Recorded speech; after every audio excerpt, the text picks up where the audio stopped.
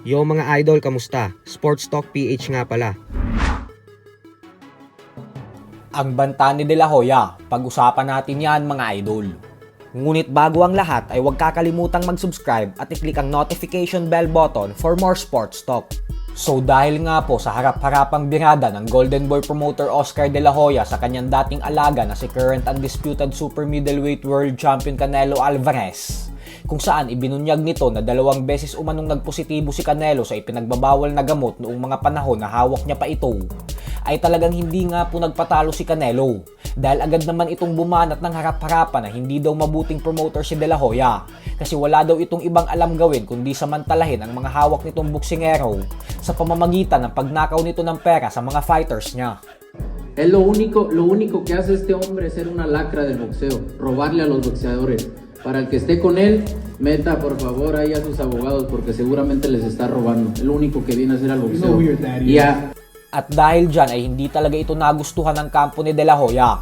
Kaya naman nagbanta na ito kanina lamang kay Canelo na pag hindi pa tumigil ang Mexican superstar, ay sasampahan niya ito ng kaso. Paliwanag ng kampo ni De La Hoya na wala umanong katotohanan ang mga pinagsasasabi ni Canelo na ninanakawan niya ng pera ang mga hawak niyang boksingero. At puro paninira lang daw ang lahat ng ito.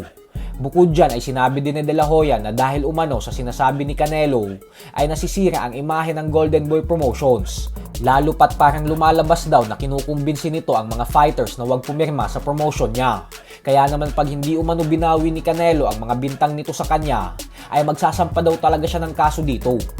Samantala, naganap na din po kanina lamang ang official and final weigh-in sa pagitan ni Canelo Alvarez at ng kapwa niya Meksikano na si undefeated knockout artist Jaime Munguia. Parehong naging matagumpay ang dalawa sa pagkuha ng tamang timbang sa 168-pound limit ng super middleweight division. Kaya naman tuloy na ang kanilang mega showdown bukas. Bagamat heavy underdog lalabas si Munguia sa laban na ito, ay kumpiyansang-kumpiyansa pa din si De La Hoya na matatalo ng kanyang alaga si Canelo at na magiging isang ganap na undisputed super middleweight world champion na si Munguia bukas. Sa kabilang banda naman mga idol ay nang dahil nga po sa pagpositibo ni Ryan Garcia sa ipinagbabawal na gamot sa dalawa nitong VADA test bago ng laban at sa mismong araw ng laban, kaya naman nasa panganib na talaga na mabaliktad ang kanyang panalong nakuha kontra sa current WBC Junior Welterweight World Champion Devin Haney.